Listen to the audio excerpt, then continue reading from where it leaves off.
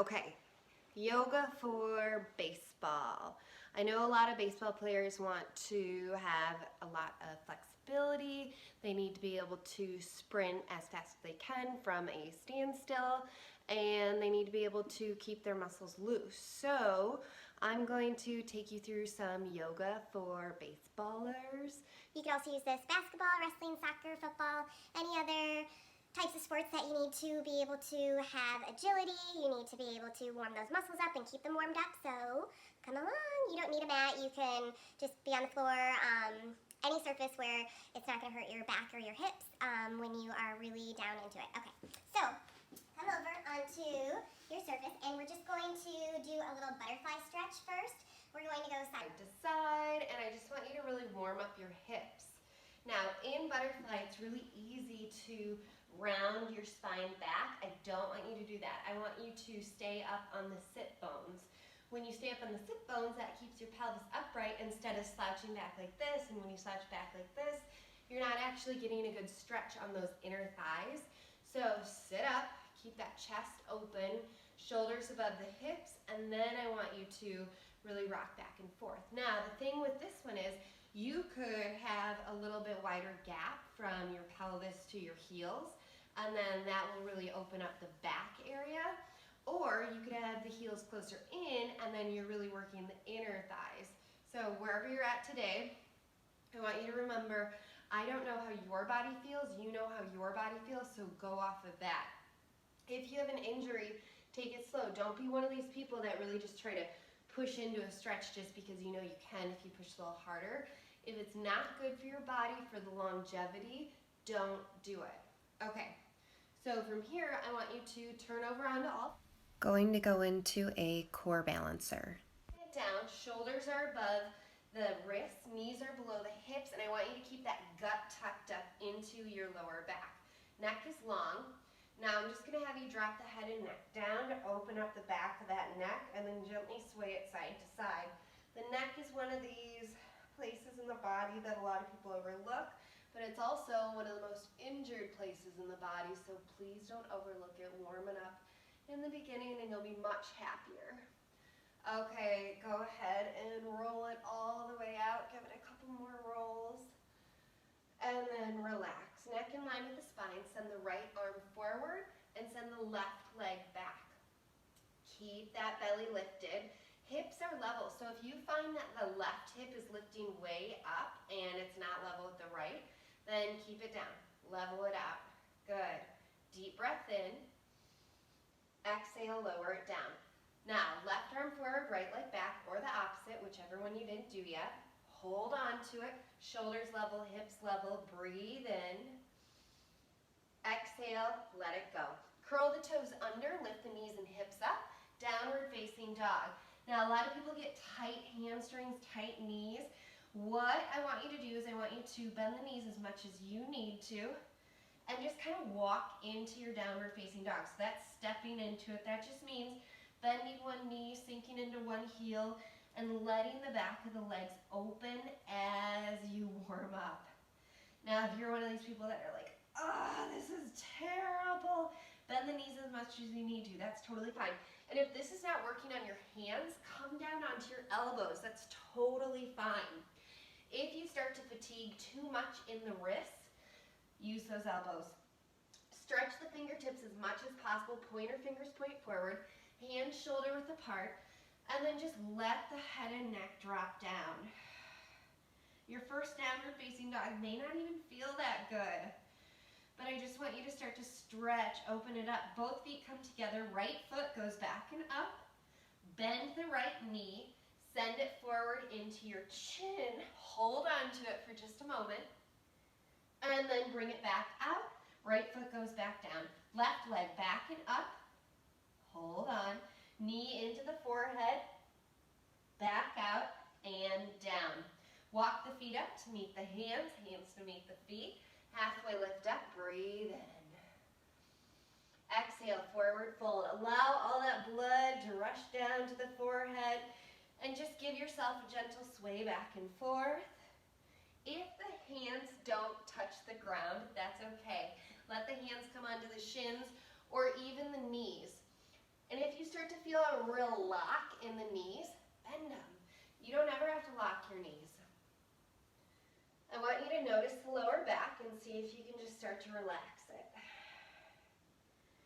Notice in between the shoulder blades, relax. If you can, bring the fingertips down in front of the toes, lift the heels up. Lower the heels, lift the toes. Lower the toes. Good. Walk the hands forward, walk the feet back, downward facing dog. Roll your body forward into a high plank position. Drop halfway down to low. So halfway down to low, that chaturanga andasta, all you have to do is slowly drop. You can use the knees. Send the chest forward and through. Release your breath. Let the bottom of the feet plant down. Now, if you have shoes on, that's okay. You can keep the toes curled under. But if you don't, let the bottom of the feet point up to the sky. And then shoulders go back behind the wrists. And just let that breath go. Now, a lot of times in upward facing dog, I see chin going way up like this. Don't do that. Just let the chin move forward. Open the shoulders one more time. This is just your first upward facing dog. Relax. Curl the toes under. Let the knees and hips go back and up first. And then allow the chest and neck to come down. Both feet come together. Right foot goes back and up. Bend the knee. Start to send it forward and through. And then allow the back half of your body to slide backwards. Hands can plant, or if it feels okay, come down onto your elbows. Now, with the knee placement, this is so important. The knee is a funny little thing that gets hurt a lot. So, if this is not feeling good for your knee, skip it. If it feels okay, you can slowly start to bring that ankle forward. I'm not of the belief that you should really try to mess with the knee too much. This is supposed to be for your hip. So if you're feeling this in the hip, great. If as you come down onto the elbows, you're feeling it too much in the knee, stay up. You know your body. Now, 2, keep that knee balanced. Flex your foot a little. You don't ever have to point it. Keep that foot flexed.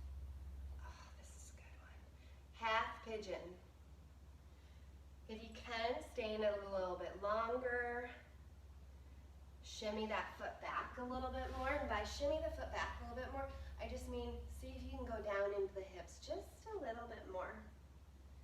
Good. Deep breath in. Exhale. Now, come down onto those elbows if you're not already on the elbows. Curl the back toe under. Right foot goes back to meet the left. We'll do a little forearm toe plank. So here, shoulders are level with the hips. Hold on to it. And keep breathing. When your body goes into a stressful situation, remember the breath. Deep breath in. Exhale, let it go.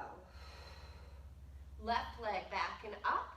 Bend the knee, send it forward and through the elbows. Give yourself a moment to kind of shift around a bit. Now, flatten out the back of that foot. Come up, readjust, maybe send that ankle forward a little bit more. And then when you're ready, come on down onto those elbows. Just breathe, notice how it is on this side. This side may feel completely different than the other side, a lot of hips. Good. If you're feeling pain, just come out of it early.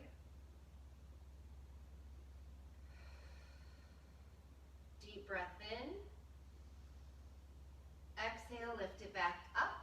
Bring the legs around in front of your body. We're going to go into that seated forward fold. Again, if you're just hinging forward, but you're actually just rounding through the spine, you're not doing a lot for the legs or the hips. So I want you to try sitting up, move all that fleshy stuff back.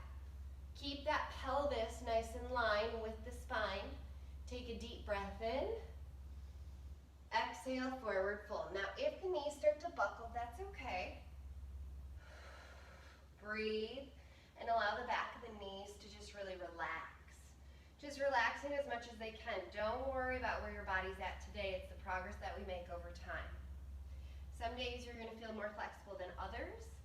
Depends on what you did the day before and the day before, how hard you worked. All that matters is that you're stretching and you're listening to your body.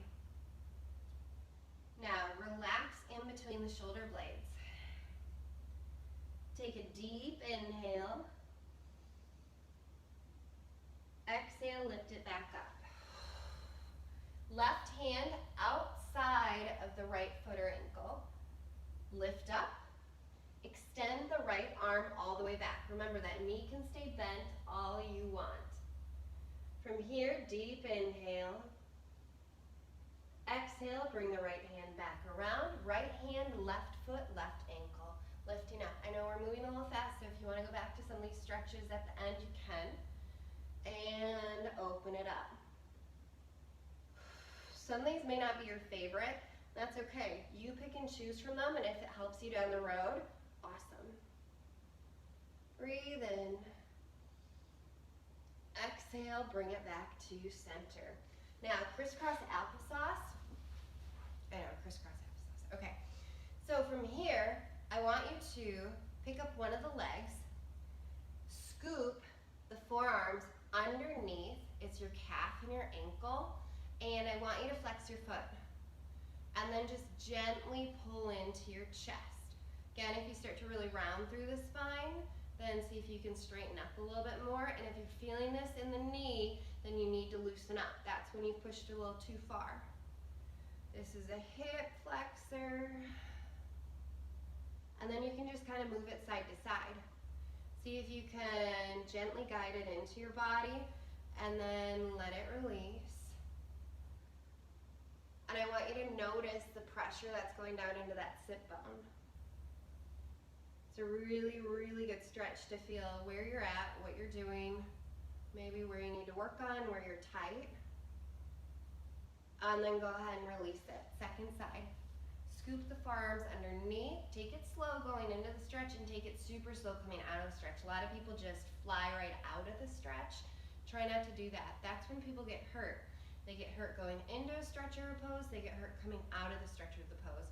Very rarely do they actually get hurt when they're in the full stretch. If that makes sense. Move it side to side.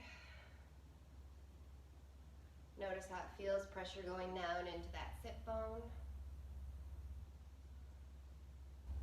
Ooh yeah, hip flexor.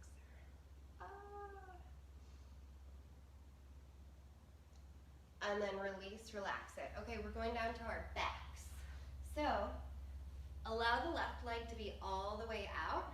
Right leg goes up to the sky. Hold behind the thigh, knee, or calf. And roll out that ankle. Wiggle the toes, roll out the ankle. Point the toes, flex the foot. And if you can't actually hold on to anything, you can have a towel or a strap and put it around either the calf, ankle, or top of the foot. And then that way bring it into your body. Maybe go side to side. Bend the knee, same thing. Pull the knee in. Roll the knee around. Open up that hip. Spinal twist. Take the left hand on the outside of the right and then bring it across. Oh, it's like you're your own little mini chiropractor. Not a doctor, not a chiropractor, so stop if it hurts. But you can just slightly feel yourself getting back into alignment. Feels so good. Now, you can also take that hand and start to send it forward. Forward to the side. Deep inhale, breathe in. Exhale, bring it back to center. Right leg all the way down onto the mat. Now, send that left leg up to the sky. Notice how it feels. Hips are flat down, shoulders are flat down. Hold behind the thigh, knee, calf, ankle. Maybe you could even hold on to that big toe. If not, grab a rag, pull it around, do it that way. Deep inhale, because why are we so focused on the breathing? We inhale as we stretch, and on the exhale helps those muscles to relax that much deeper. So when you're relaxed, your muscles are relaxed. Same thing with stretching. you're actually putting some stress and tension on your body when you are stretching. So it only makes sense as you exhale, your body relaxes, you get just a little bit more out of that stretch. See how that works? And then bend the knee in. Maybe roll that knee around. Feel out that hip joint, ball and socket joint. Your body is so cool. You just have to be really nice to it. And then we're gonna go into that spinal twist. Opposite hand onto the knee, bring it across your body, and then open up your upper body to the left. See if you can get the knee to relax, the lower back. One more breath, deep inhale. Exhale it out. Good, nice. And then bring it back up. Come to a seated position. And I want you to just notice how your body feels. Take one arm all the way up to the sky, bring it behind your head and neck. Hand comes on the outside of that elbow, and then just start to bring it down your back. That opens up that armpit all the way down into that hip area. And it helps you sit up really tall, really straight. Because if you're kind of like this, you're not getting the benefit of the stretch. You'll feel it more the taller you sit up. You're also able to use that lung capacity a little bit more. And then release, second side, other arm up, hand comes behind the head, behind the neck, hand comes onto the elbow, and then just stretch, opening it up. Oh yeah. Deep breath in, exhale it out, and then release. Okay, that was just a short little yoga for athletes, yoga for baseball players. I had a recommendation to do this today, so here it is. If you've got any other recommendations that you would like me to make a video about, I'm all ears. Thank you. Namaste.